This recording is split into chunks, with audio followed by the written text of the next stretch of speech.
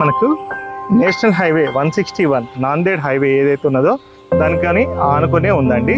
మనకి ఎదురుగానే JNTU college university అయితే ఉందండి. ఇందులో మనకు 250 ఏకర్స్ వరకు యూనివర్సిటీని అయితే డెవలప్మెంట్ అయితే చేస్తున్నారు. దాదాపుగా చాలా మటుకు డిపార్ట్మెంట్స్ వచ్చినాయి, చాలా కొంత మాత్రమే మనకు కూకట్పల్లి JNTU దగ్గర ఉంది.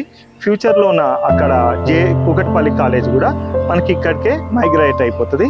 మనకి ఎదురుగానే మనకు వెంచర్ కానుకొని ఒక పెట్రోల్ బంక్ కూడా ఉంది, ఒక చిన్న రెస్టారెంట్ అయితే ఉన్నాయి.